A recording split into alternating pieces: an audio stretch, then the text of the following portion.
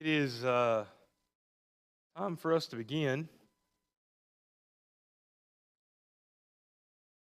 We are on page 113, so we are on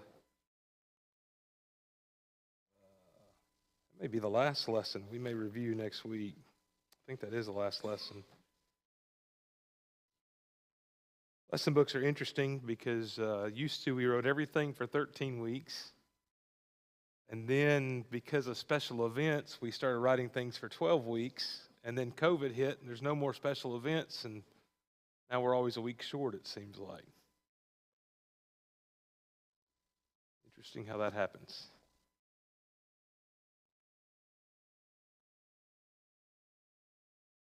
So as we get started, I'm going to ask Joe, he's got one of our mics, to lead us in a prayer, and then we'll dive into this morning's lesson. Heavenly Father, thank you so much this day for the day you've given us. Thank you for this time to be together. Let us open up your word and grow. Father, help us to know you better and to reflect you more so that we might reach others living around us. Father, be with us as we go into our worship today and help us to focus on how great and how mighty and how powerful and how loving you are, and that we might spend the morning glorifying and lifting you up. In Jesus' name we pray. Okay, as we get started, what keeps marriage lasting until, quote, death do us part? That's a vow probably most of us took. Not everybody uses traditional vows. Some people write their own. But most of us, I'd say the majority of us, took this vow to stay in this relationship until death. How do you do that? Because a lot of people find that hard to make that last until death. Raise your hand and share your wisdom. Okay, I got commitment. All right. Anybody else? Forgiveness. Okay. Communication.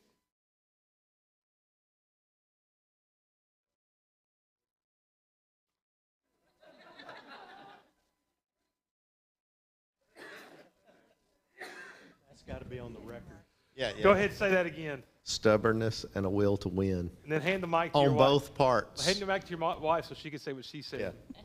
I think she said I tried. Yeah, she said I asked him not to say anything. She's the wise one. Well, at least we know Brandon's still head of his house. All those are appropriate answers. There's a part of this that you have to go into this relationship thinking this is permanent.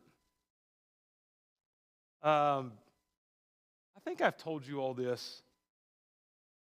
If you come to us, Duane and I, Duane's out of town this morning, so I have a little bit more free reign than normal. But if you come to us for premarital counseling, we spend the entire first session trying to break you up.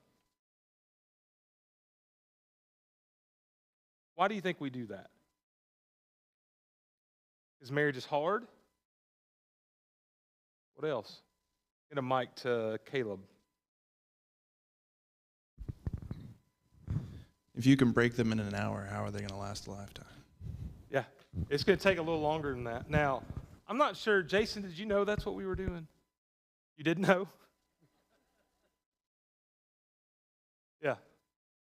And I'll tell you, some people, okay, first off, it's really, we've never broken anybody up. There's a couple we wish we had of. Okay? And the reality is, when you come to me for premarital counseling, you're probably a month and a half away from the wedding. You bought a dress, you got a venue, you've already got a cake ordered, you got all this stuff in line. You're more committed to the ceremony at that point than you are even to your future mate in some regards. I mean, I'm just going to be honest with you. The people that, in that thing, especially brides, get in love with the idea of getting married, okay, and the ceremony and all that stuff. And so the chances of us doing that are very slim. I will tell you, Duane and I went through a similar process when we were having premarital counseling, and I left that night, and she looked at me and said, I don't know if I can do this. Now, obviously we did. We do that because if you can't survive, and the way we do that, by the way, is getting you to talk about each other. I'm not saying anything. Get you to talk about each other. And get you exposed about what you really think about each other and about each other's parents and about different qualities and characteristics. You can't survive that, hearing what the other person thinks about you and having real honest conversation. You are not going to survive the next 40 years of marriage. It's not going to happen. And the other part of that is, if I'm going to do your ceremony, I hope that you have. I hope that Jason and Kendall have a 50th, 60th anniversary. That's the goal. I do them no favors by treating that like lightly and by acting like this is an easy thing. Marriage is hard work. I mean, there are some days that are great, and there's some days, let's be honest, there's some days in marriage that are just downright awful.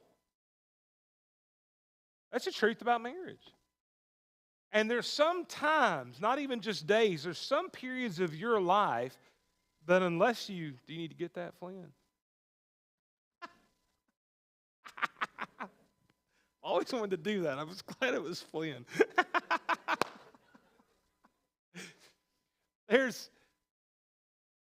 There's some periods of your life that are so hard that unless you have a firm resolved commitment to not divorce, your marriage will not last.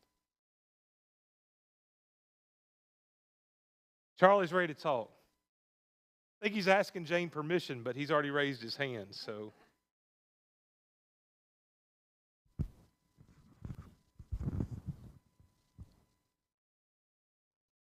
Newlyweds don't realize how much they're going to change over the course of their 50 years.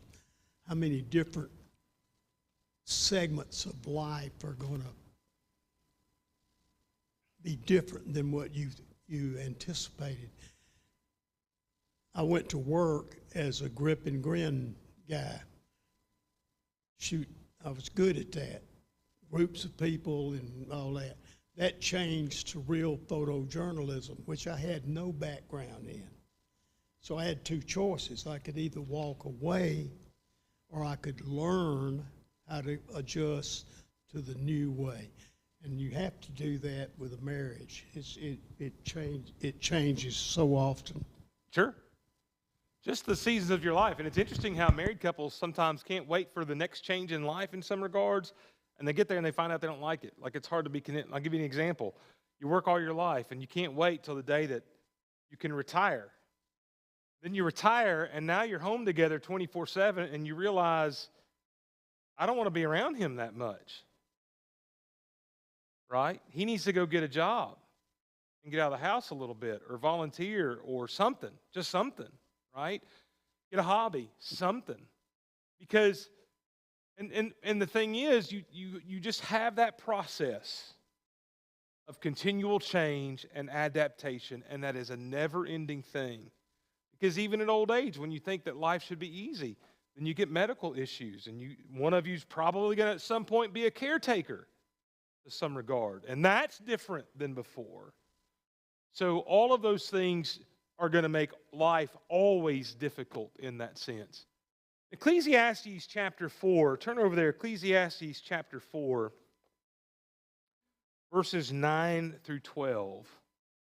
Ecclesiastes 4, 9 through 12. Who can read that for me? Okay, Scott, if we get Joe, if you'll pass that down to Scott.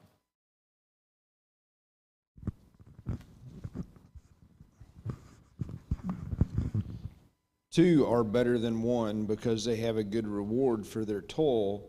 For if they fall, one will lift up his fellow, but woe to him who is alone when he falls and has not another to lift him up. Again, if two lie together, they keep warm, but how can one keep warm alone? And though a man might prevail against one who is alone, two will withstand him. A threefold cord is not quickly broken. All right, what do we learn about marriage from that? What do you learn? Okay, back to Scott. Guys, That's all right. All right. I mean, a marriage is with two, and two is better Okay. than one. You have dependence. You have someone to depend on to help lift you up. All those things that marriage provides in regards to that. Okay.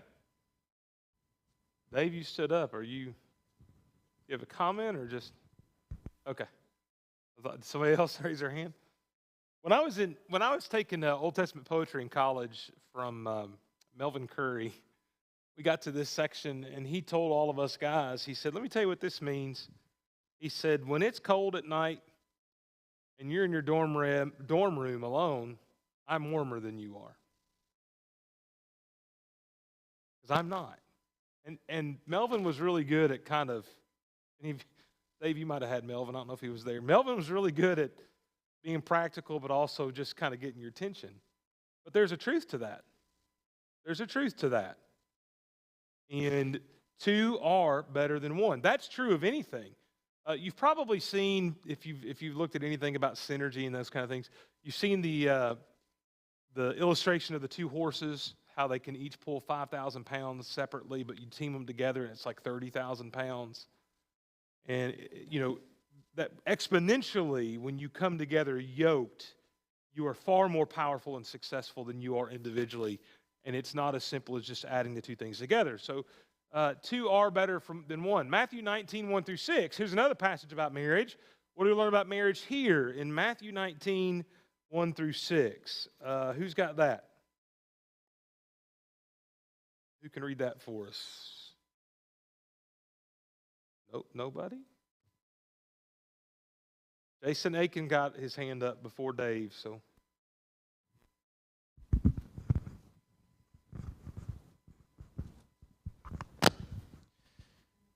Now when Jesus had finished these sayings, he went away from Galilee and entered the region of Judea beyond the Jordan. And large crowds followed him, and he healed them there. And Pharisees came up to him and tested him by asking, "Is it lawful to divorce one's wife for any cause?" He answered, "Have you not read that he who created them from the beginning made them male and female, and said, Therefore a man shall leave his father and his mother, and hold fast to his wife, and the two shall become one flesh. So they are no longer two, but one flesh. What therefore God has joined together, let not man separate." Okay? What do you learn about marriage from that? You're in it for the long haul, and God, in God's eyes, it is a lifetime commitment. Okay?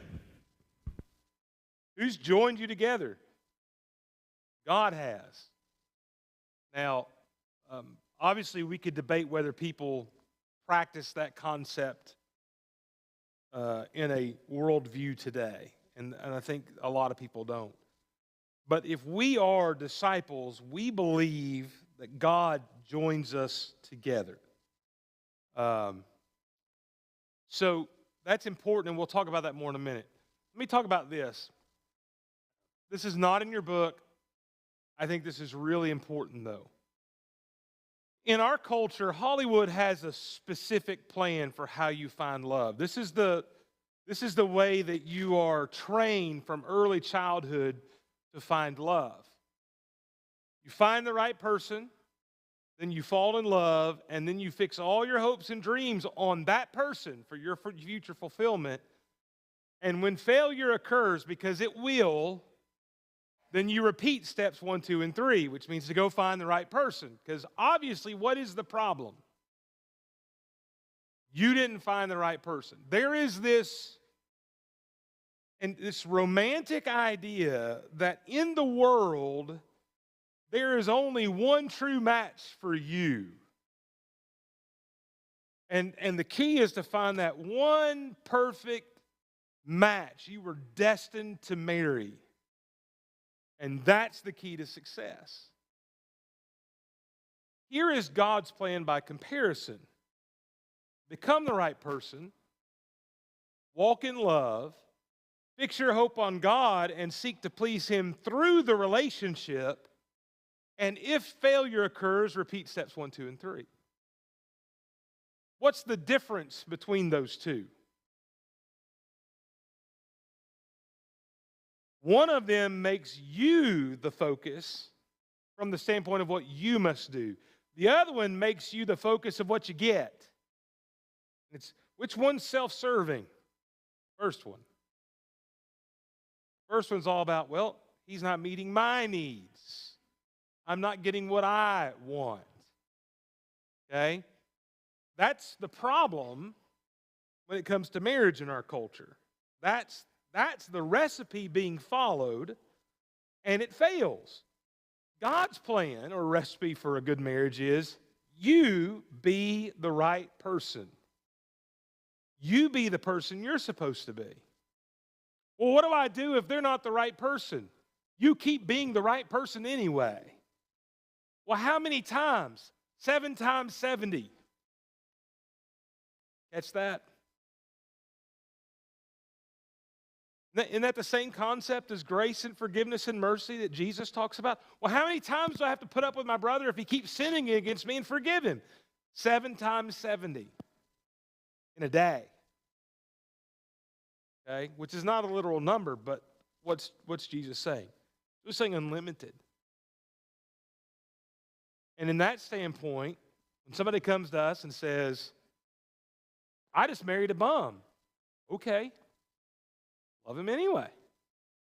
Some point in your life, if you married a bum, you loved the bum. For some reason. Well, I thought I could change him. You can't. Here's a little known fact about like marriage, relationships, everything. You can't change people. People change themselves. You can manipulate them, you can manipulate the circumstances around them, but you cannot change people. They have to change themselves. And the clearest example of that, Joe can speak to this, is when it comes to addiction.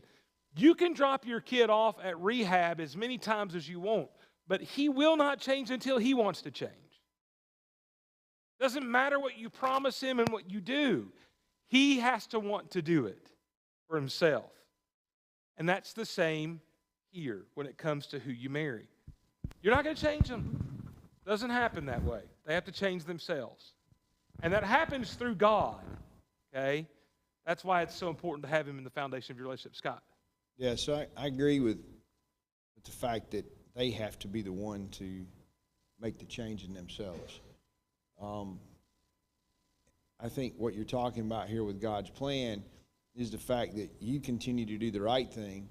And I think specifically the Bible talks to this. I know the Bible speaks directly to this when we're talking about marriage, and it talks about the believer and the non-believer, right? And talking about, a lady that is married to a non-believer, and, your marriage is sanctified because of your belief and those types of things. But it goes on to say, you don't separate yourself from that person because they're not, because you don't know what kind of example you hope by living the right life, you're going to have the example that will help them make the change in themselves. So that's what 1 Peter 3 says to the Correct. wife. You have an unbelieving husband. Correct. Yeah. You teach him by being the right person. You don't leave him. That's right. That's right. So I guess my point being is that in all aspects, whether the person is a believer or not, and you don't really like them, whatever, the key factor is that your example of doing what God wants you to do helps them understand, I need to change myself. Correct. So Yeah, and the key, if you have There an is unbelieving effect, mate or you married a bum, the key to that is be the right person. That will change them more than you correct. putting sermons under their pillow and that kind of crazy stuff, right? Playing sermons on podcasts in their car without them knowing it, right? So you be the right person. Let's go on. Did you marry the right person? In Genesis, we're not going to read all this because we're going to run out of time. But Genesis 2:21 through 24 is where God presents Eve to Adam. And here's the one time, by the way, we know that a man married the woman who was perfectly made for him. Okay? One time, for sure. There's no doubt about that one. Okay? This is where, by the way, you insert the old preacher joke. He asked Adam what he wanted, and he said that's going to cost an arm and a leg. And he said, what can I get for a rib? But that's where you have the perfect match. Okay? Adam views Eve as a gift from God when she's presented. That's the other joke is, Adam looked at her and said, "Whoa, man." Right? And that's how she became known as woman.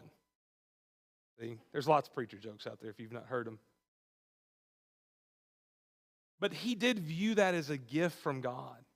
Do you view your mate that way? Should. You should. And thirdly, this was a quote, I think, in the book. I have married the right man or woman because God can make me the right woman or man. And that goes back to what I said a few moments ago. The key to you being married to the right person is you being the right person. You being the right person. And here's the problem is what Satan wants to do with you in your home is he wants you to look at your mate and blame your mate for everything and take no accountability for yourself. Okay? And that's just not how that works. It's not how that works. So when it comes to the idea of did I marry the right person, the real emphasis in that section is you have to be the right person. That's the real point. Let's go to Deuteronomy 23. Deuteronomy 23.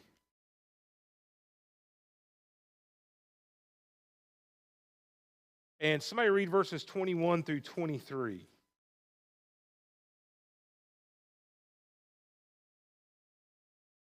Deuteronomy 23, 21 through 23. Dave? If you make a vow to the Lord your God, you shall not delay fulfilling it, for the Lord your God will surely require it of you, and you will be guilty of sin. But if you refrain from vowing, you will not be guilty of sin. You shall be careful to do what has passed your lips, for you have voluntarily vowed to the Lord your God what you have promised with your mouth. So what do we learn about vows and commitment here?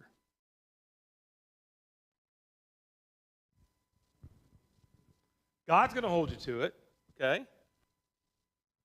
Joe? It's a reflection of Him when we do this, because when God utters a vow, a covenant, He keeps it without fail. And He wants us to reflect Him in the world.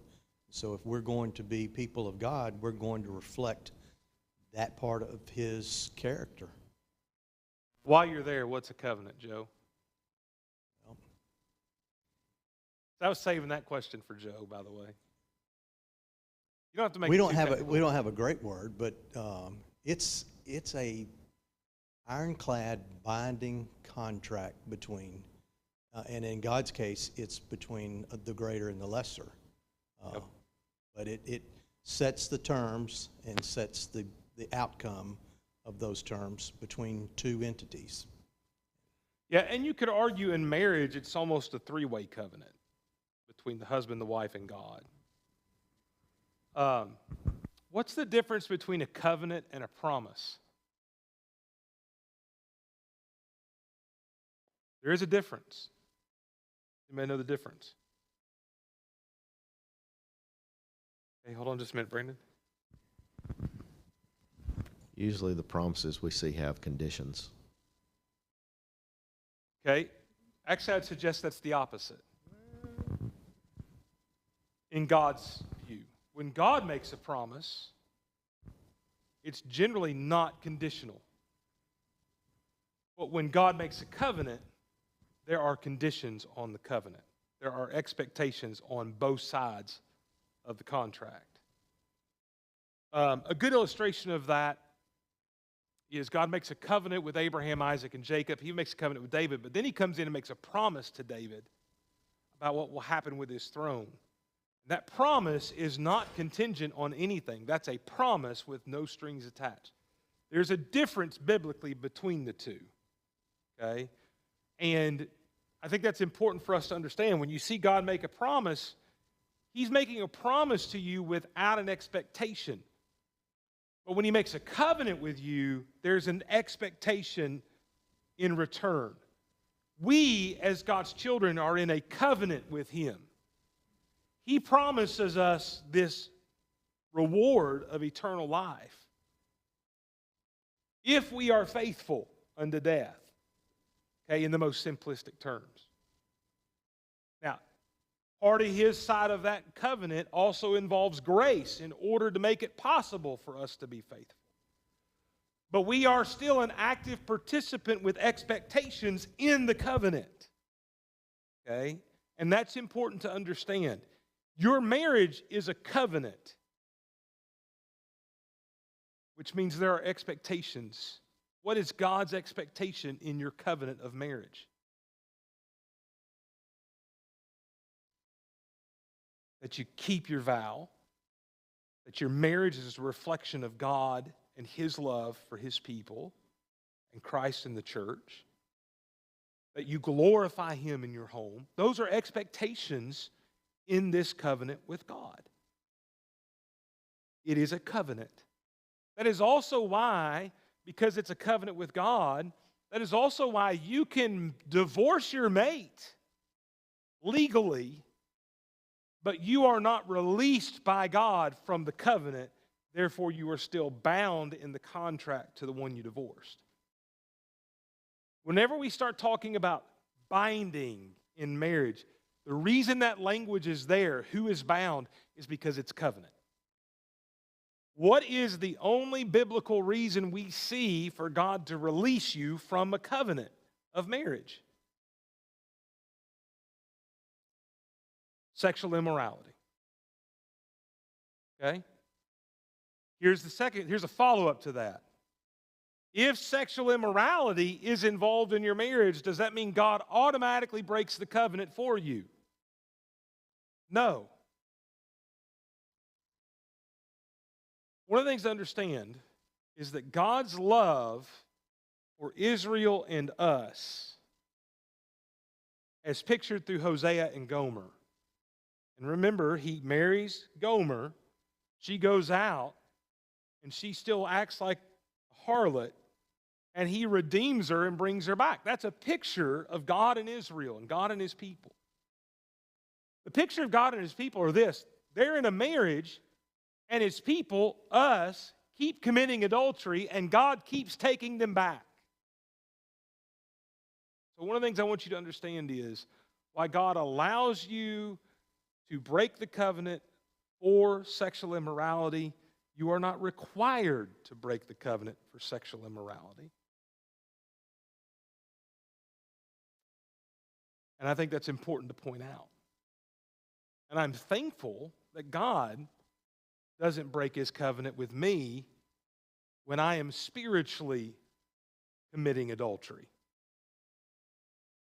and that he keeps taking me back. And I think that's a powerful thing we need to talk about today and make that point. Comments, questions before I move on? Covenant's really important to this concept we're talking about today.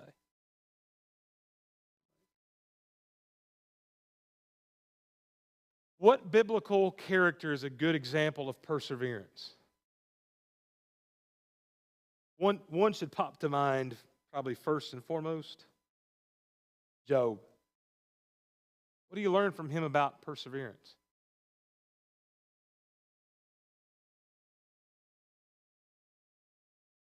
Now, listen, was Job happy in his circumstances?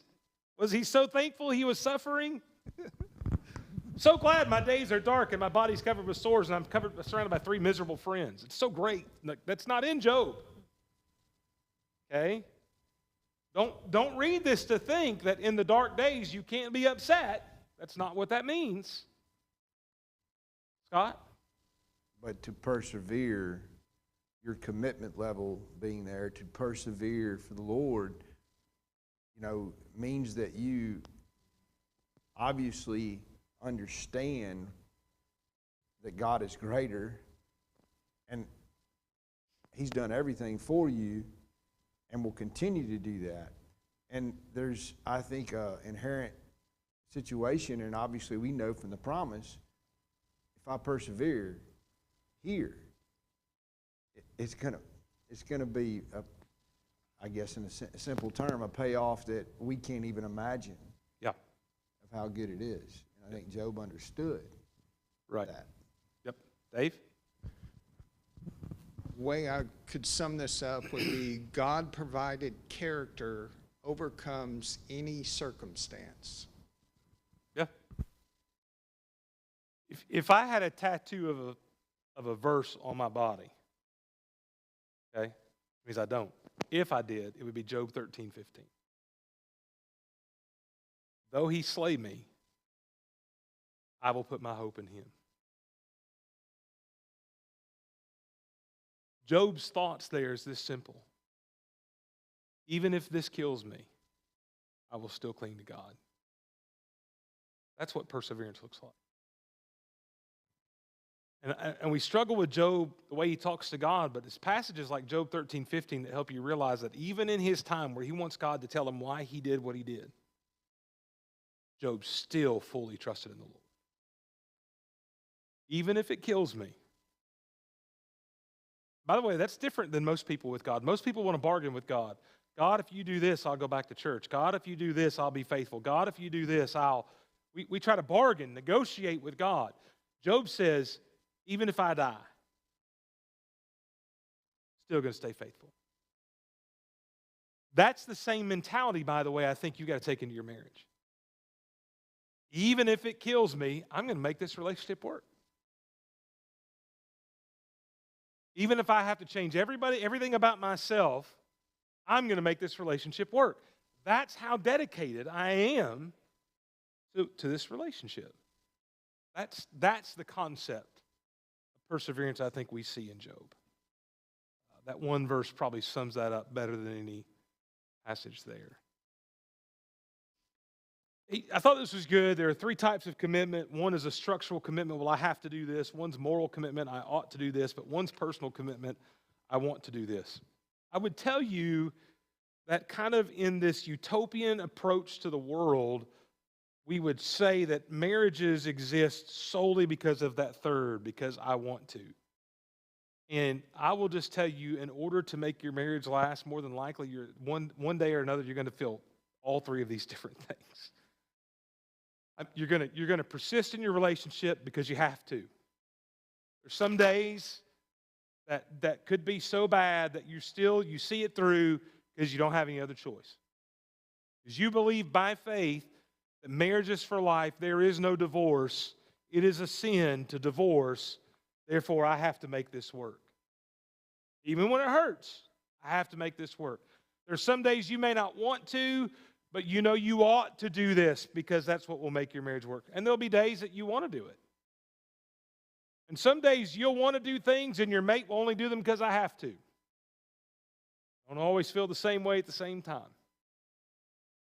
But those three things are still three reasons you're going to make it work. Okay. Purity in marriage. Let's go to Ephesians 5 real quick. Ephesians 5.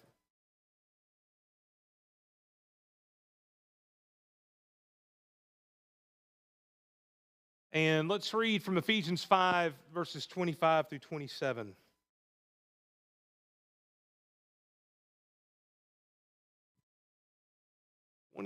Through 27.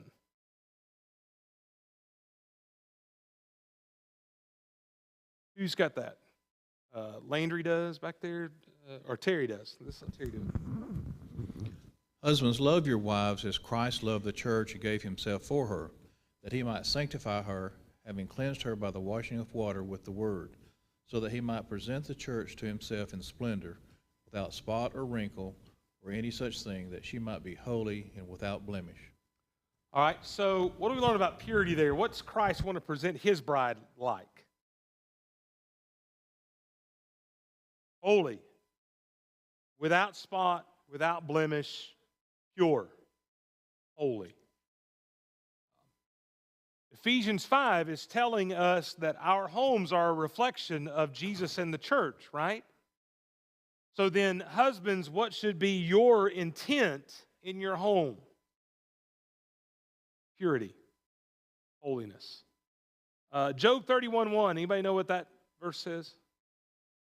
Pretty well known. I have made a covenant with my eyes. I shall not gaze upon a young virgin. Let's turn to Proverbs 5, because I think Proverbs 5 is a passage I really want us to notice a few things said there. Proverbs 5, 15 through 20. Proverbs 5, 15 through 20. Drink water from your own cistern, flowing water from your own well. A couple weeks ago, we talked about this passage. You remember what this passage is about? It's about husband and wife, essentially. He's telling his son, drink water from your own cistern. That is poetic language to say sex is supposed to be in marriage. Okay? Get your water at home, not in the streets. Should your springs be scattered abroad, streams of water in the streets, let them be for yourself alone, not for strangers with you. Let your fountain be blessed and rejoice in the wife of your youth, a lovely deer, a graceful doe. Let her breasts fill you at all times with delight. Be intoxicated always in her love. Why should you be intoxicated, my son, with a forbidden woman and embrace the bosom of an adulteress?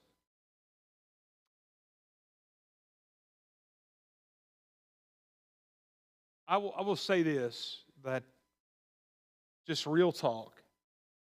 For men, especially it seems, although that is changing, typically over the years, men have struggled with lust. And this is saying here, your lust should be for your wife only. Period. Find your satisfaction at home from your wife.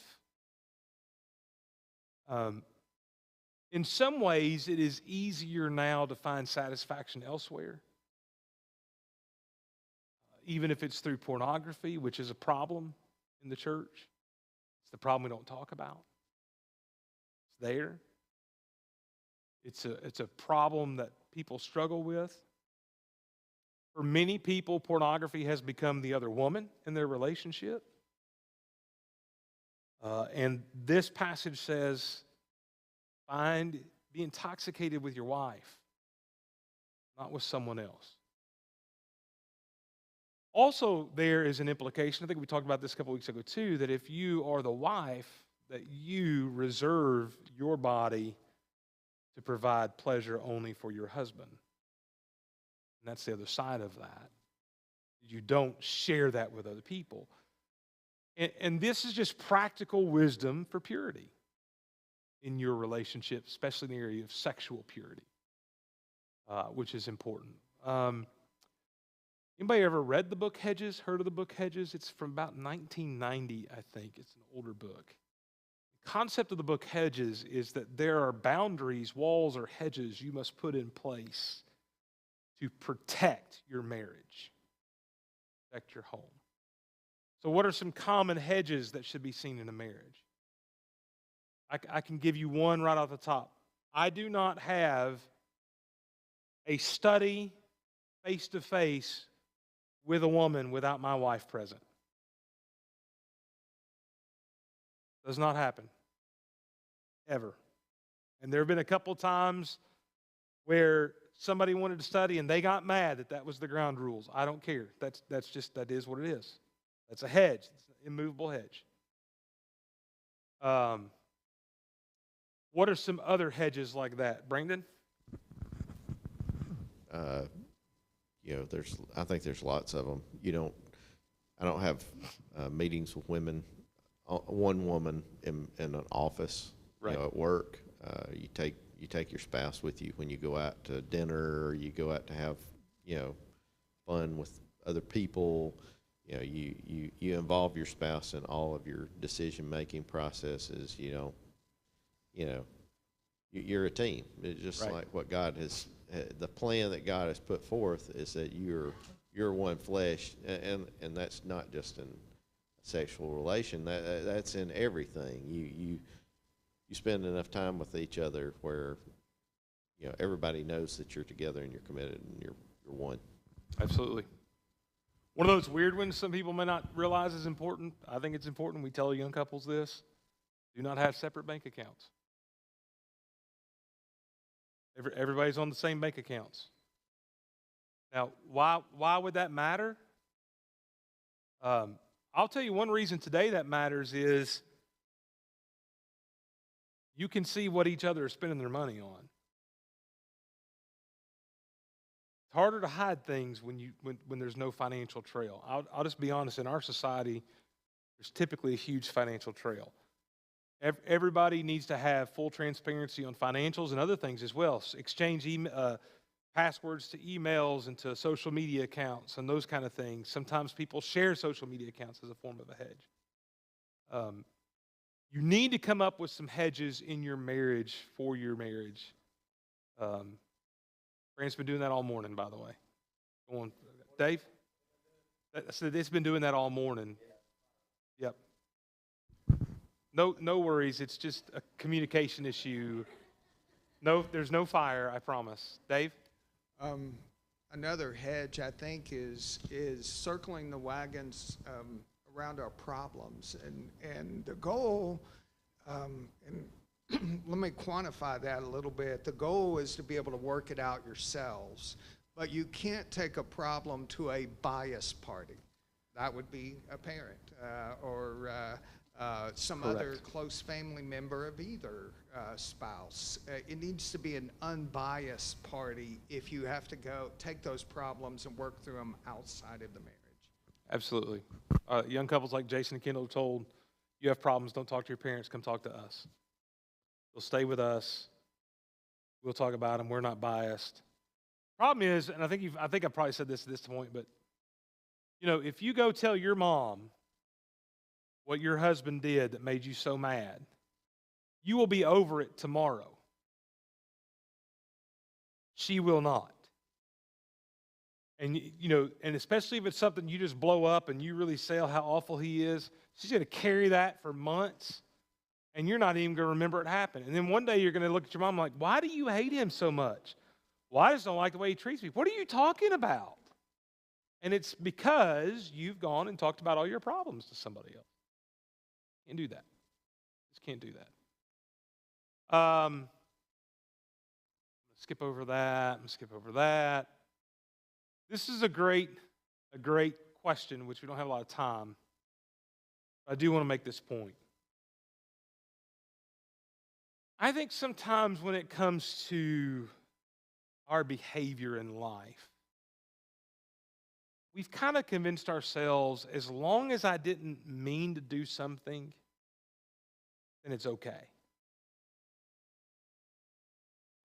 For years, my kids, Peyton can attest to this, will say, they'll do something that I think is out of line, foolish, silly, and I'll get on to them.